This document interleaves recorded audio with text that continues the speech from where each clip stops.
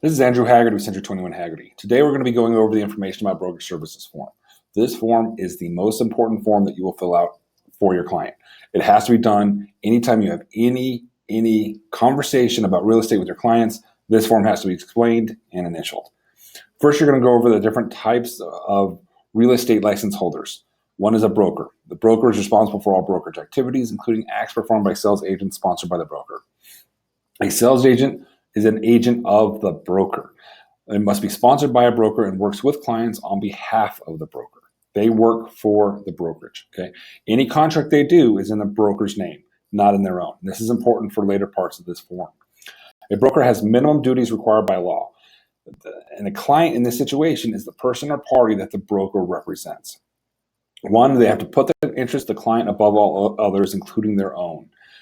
You have to make sure your client is the first and foremost being taken care of.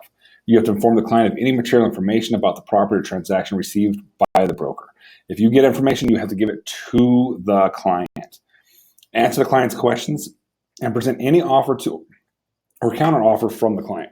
If I receive an offer, I have to give it to the client. I cannot hold it. I cannot answer for my client. If I get an offer, I'm going to give it to you. No matter if it's $1, you're going to get it. Treat all parties to a real estate transaction honestly and fairly. Extremely important. We're going to treat everybody with honesty and fairness.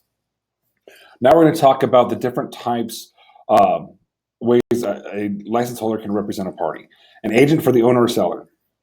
The broker represents the owner or seller and is going to do everything they can to make sure that the owner or the seller are being taken care of.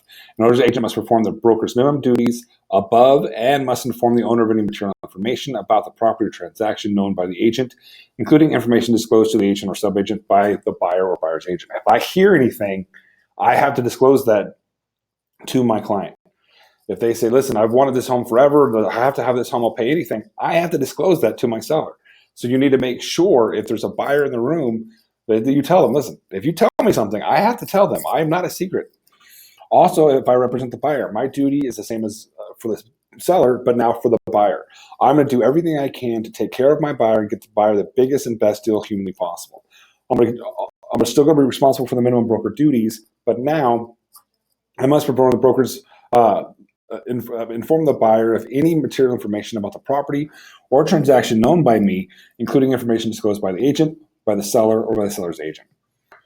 Now, the tricky one, intermediary.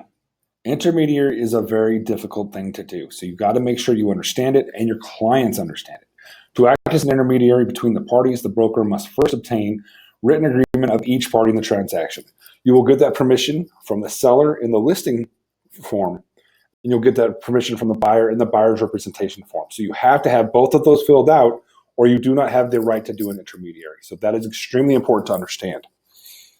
Now, the written agreement must state who will pay the broker and in conspicuous, bold, or underlined print set forth the broker's obligations as an intermediary. A broker who acts as an intermediary must treat all parties to the transaction impartially and fairly. I cannot give any information about the seller to the buyer or vice versa.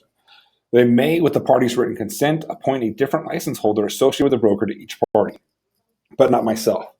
So since I am the broker, I cannot represent the seller and appoint an agent to represent the buyer. That would give an unfair advantage to the seller because the broker is helping the seller. So the only time I can appoint as a broker is if I appoint a buyer's agent to a buyer and the seller's agent to a seller. That way, both of those parties can still give advice and do things and represent each one separately. But as the broker, I cannot give advice to either party. That is extremely important to understand and make sure everybody is on the same page. So a broker cannot be one part of that intermediary. Now, the broker can be the intermediary of both parties as long as both parties agree. Must not, unless specified otherwise in writing to do so, by the party, disclose that the owner will accept a price less than the written asking price, that the buyer tenant will pay a price greater than the price submitted in written offer, give any confidential information or any other information that a party specifically instructs the broker in writing not to disclose. That is important. Subagent. This new paragraph that went into play is why it's extremely important to have a buyer's representation agreement. A license holder acts as a sub-agent when aiding a buyer in a transaction without an agreement to represent the buyer. A subagent can assist the buyer but does not represent the buyer and must place the interests of the seller or owner first. That is why I need to get a buyer's representation agreement. Without a buyer's representation agreement, I represent the seller as a subagent, not representing the buyer. So that's why you need to explain to your client very early, you want me on your corner. You want to make sure I'm representing you and I have your best interests at heart. To do that, you need to sign a buyer's representation agreement with me so I have the right to represent you as an agent. To avoid disputes, all agreements between you and the broker should be in writing and clearly establish the broker's duties, responsibilities to you, and your obligations under the representation agreement, who will pay the broker for services provided, when payment will be made, and how payment will be calculated, and license holder's contact information. The notice is being provided for information purposes. It does not create an obligation for you to use the broker services. This form is saying, listen, you have to be disclosed of this. This is not the agreement that you have. This is not forming that brokerage agreement. This is making sure you understand the brokerage agreements. Okay, this is not creating a brokerage. This isn't just explaining the brokerage options to you. This form has to be filled out. Licensed broker, firm name, or primary assumed business name. In this situation, it's going to be Century 21 Haggerty is going to go there. License number for us is 464314. My email address is fine on this, Andrew at elpasocentury21.com, and the office phone number 915-757-3445. Designated broker or firm, Andrew Haggerty, license number 540232. Email is Andrew at elpasocentury21.com, and my phone number is 915-637-1755. If you are a part of a team, licensed supervisor or sales agent would go there. If not, you will leave it blank. Sales associate's name and information, this is where your information goes.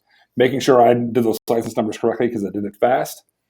The Century 21 Haggerty's license number 464314, and the designated broker of the firm 540232.